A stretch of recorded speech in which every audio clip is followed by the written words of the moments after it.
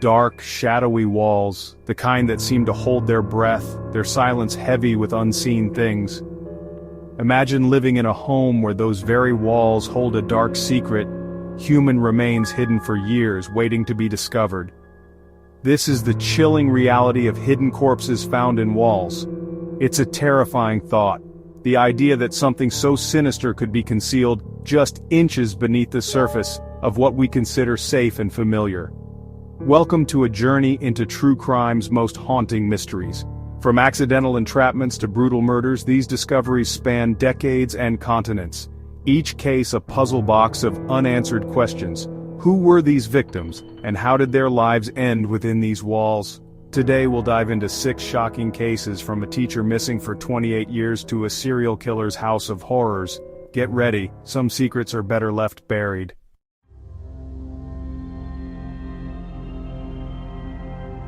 Poughkeepsie, New York, a picturesque town on the banks of the Hudson River.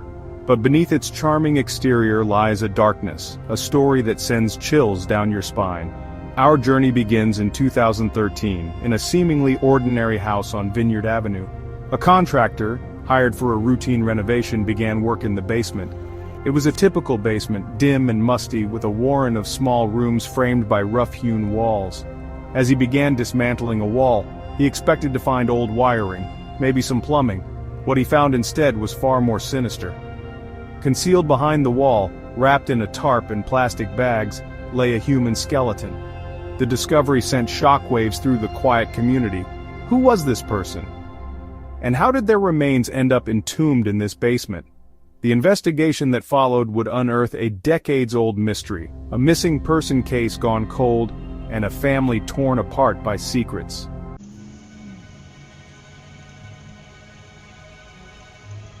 Our next case takes us to Houston, Texas, a sprawling metropolis known for its energy and optimism. But even in the heart of such a vibrant city, darkness can lurk in the most unexpected places. In 2017, on a quiet residential street, a routine move-in would unearth a macabre secret. A young woman eager to start a new chapter in her life rented a charming bungalow. The house was a bit dated, but it had character, a cozy charm that made it feel like home. Little did she know, a tragic story was woven into the very fabric of the building. While exploring the attic, she stumbled upon something unsettling, a small, partially concealed opening in the wall. Curiosity got the better of her, and she peered inside. Instead of insulation or old wiring, she found something far more disturbing: human bones. The discovery sent a chill down her spine. Panic surged through her as she realized the gravity of what she'd found. She had stumbled upon a scene straight out of a nightmare.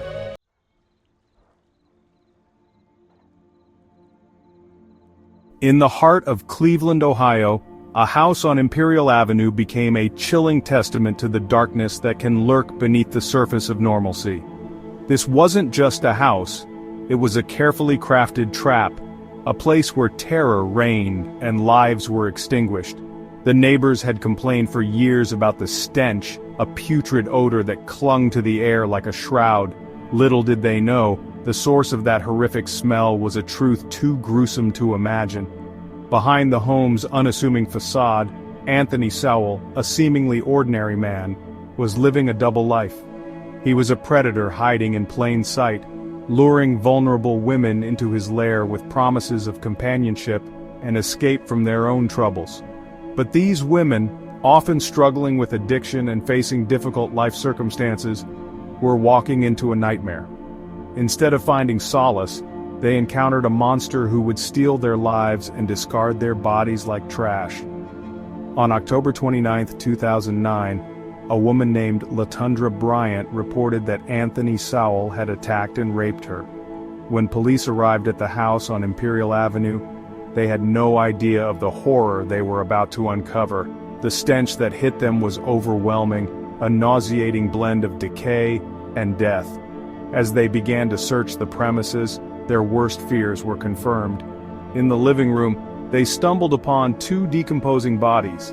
The house was a macabre tableau of death. Bodies were found in shallow graves in the basement, wrapped in plastic bags in the crawl space, and even hidden within the walls. The full extent of Sowell's depravity was only just beginning to reveal itself. As investigators meticulously combed through the house, the body count continued to rise.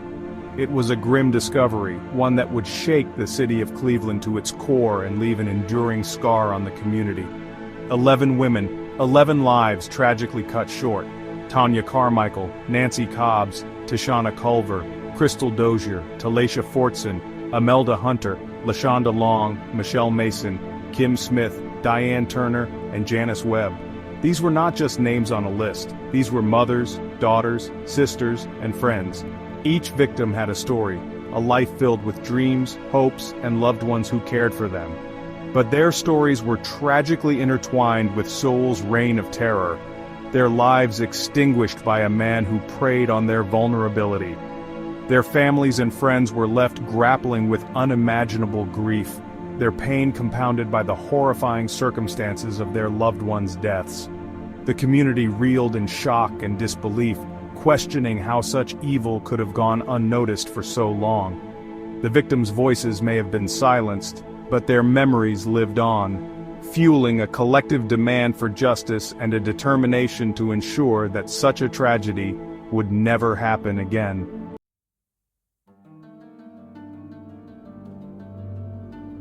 The Henry J. Kaiser Convention Center in Oakland, California, a bustling hub for conferences, events, and gatherings. But beneath its modern facade and vibrant atmosphere lay a secret, hidden for years within its very walls. In 2022, during a routine renovation project, construction workers stumbled upon a sight that would send chills down their spines and transform this place of celebration into a scene of chilling mystery. Tucked away in a narrow 15-inch space between two walls, they found a mummified body. Not a skeleton, not scattered bones, but a remarkably preserved human form, frozen in time. The discovery sent shockwaves through the city. How could a body remain hidden in such a public place for so long? Who was this person, and how did they end up entombed within the walls of the convention center? The discovery of the mummified body threw the renovation project into disarray, the clamor of construction replaced by the quiet hum of a very different kind of work. Law enforcement descended upon the convention center, cordoning off the area and launching a full-scale investigation. Forensic anthropologists were called in to examine the remains, hoping to glean clues from the mummified flesh and bones. Every inch of the wall space where the body was found was meticulously searched for even the smallest piece of evidence. The age of the remains, the cause of death, the identity of the deceased, these were just a few of the pressing questions that hung in the air. Was this a tragic accident, a case of foul play, or something else entirely? As investigators dug deeper, they hoped to unravel the mystery of the mummified body and bring closure to a life shrouded in secrecy and lost to time. The mummified remains whispered secrets of a life lived and a death shrouded in mystery. Forensic analysis revealed that the body belonged to a woman, likely in her 30s or 40s at the time of her death.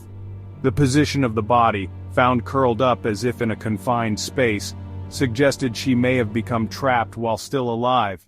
But how did she get there? And why? The convention center's history offered a complex tapestry of possibilities. Built in 1914, the building had undergone numerous renovations and expansions over the decades. Could this woman have been a worker trapped during a construction project, her disappearance lost in the chaos of a bygone era? Or did her demise point to a darker secret, a crime concealed within the very walls meant to bring people together? The answers, like the dust of time, seem just out of reach.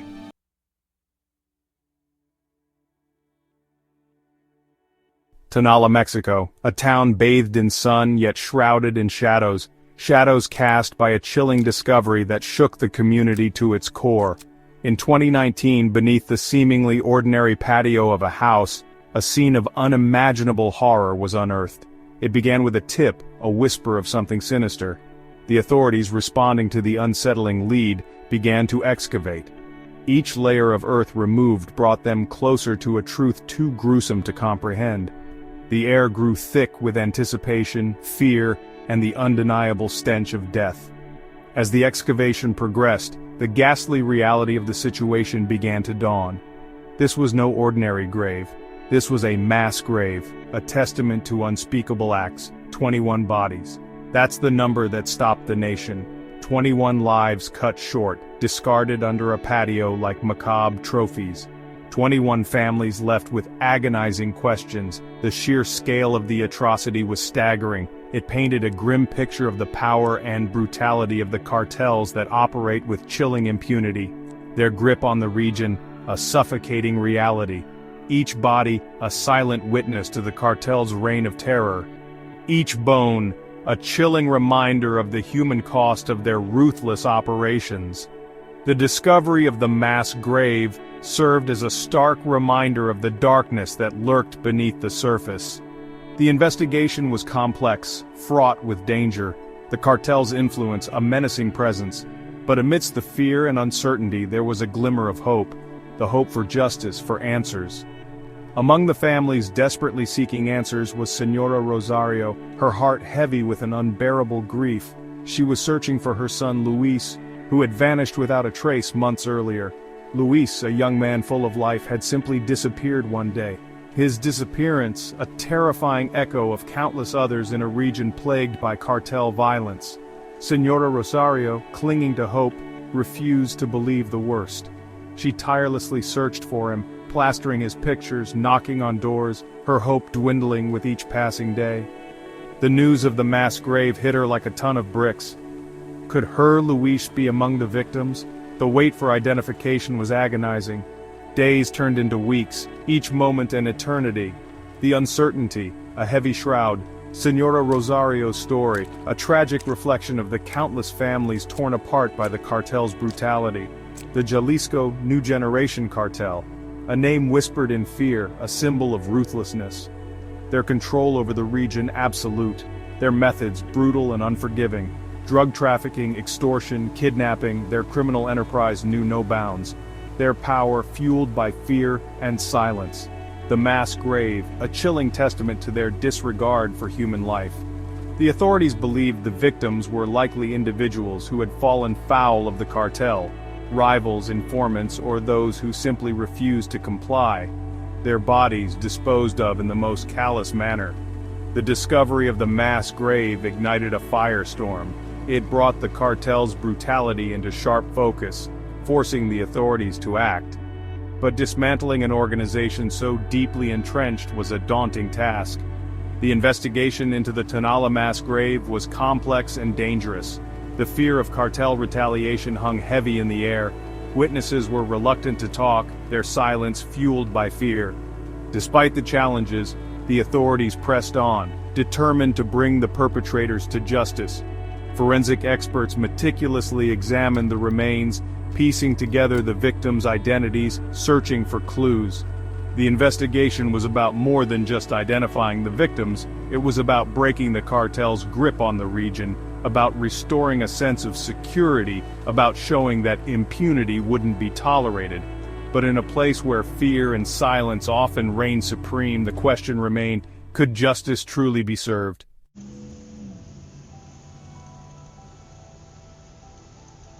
Southeast Washington, D.C.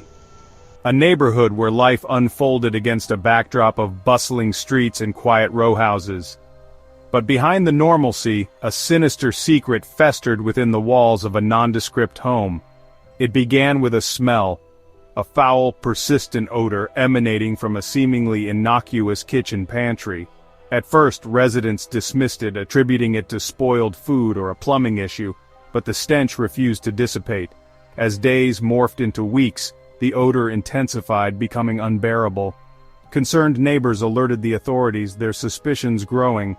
Little did they know they were about to uncover a macabre secret that had been silently festering for an unknown period. Responding to the complaints, police arrived at the house, their senses immediately assaulted by the overpowering stench. The source? A recently plastered wall in the kitchen pantry. The fresh plaster, clearly out of place, immediately aroused suspicion. Curiosity overriding apprehension, officers broke through the wall, their flashlights piercing the darkness beyond. The sight that greeted them was nothing short of horrifying. Encased within the wall, hidden from view, lay the decomposing body of a woman. Her lifeless form, a grim testament to an act of unimaginable cruelty. The discovery sent shockwaves through the neighborhood. Who was this woman? Why was she concealed within the walls of this house? The discovery launched a full-scale homicide investigation. Detectives descended upon the scene, determined to unravel the mystery. The house, now a crime scene, was meticulously examined. Every inch scrutinized, every clue meticulously documented. The woman's body, carefully extracted, was transported to the morgue, where a forensic pathologist would begin the arduous task of trying to determine her identity and cause of death. The investigation centered on identifying the victim. Her fingerprints yielded no match, her face too decomposed for a reliable reconstruction. The mystery deepened, leaving investigators grappling for answers. As news of the gruesome discovery spread, the neighborhood buzzed with speculation. Who was this unfortunate soul? And who was responsible for her demise? Theories abounded, ranging from domestic disputes to possible connections to organized crime. The lack of information fueled the rumor mill. The house, once an unassuming dwelling, became a morbid landmark. Some residents whispered about a previous tenant, a quiet man who had abruptly moved out weeks before the discovery. Could he be involved? Others spoke of strange noises emanating from the house in the dead of night. Despite their best efforts, investigators were unable to identify the woman or apprehend her killer. Leads ran cold, witnesses proved unreliable, and the case gradually faded from the headlines. The house, once a crime scene, was eventually sold, but the memory of the woman found within its walls lingered. Her identity, a haunting question mark. Her story, a chilling reminder that some secrets remain buried, forever entombed within the very fabric of a city.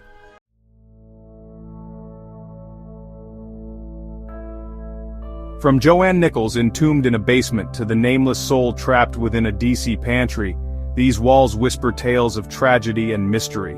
Some cases close, offering a semblance of justice, while others, like the Oakland Enigma and the DC plaster trap, haunt us still. Each brick, each layer of plaster stands as a silent witness to the darkness that can lurk beneath the surface of ordinary life. These stories remind us that history lingers in unexpected places, often hidden in plain sight. If these chilling tales sent shivers down your spine, hit that like button and subscribe for more true crime explorations. Let us know in the comments below which case left you the most disturbed. And be sure to check out our next video where we delve into more hidden secrets.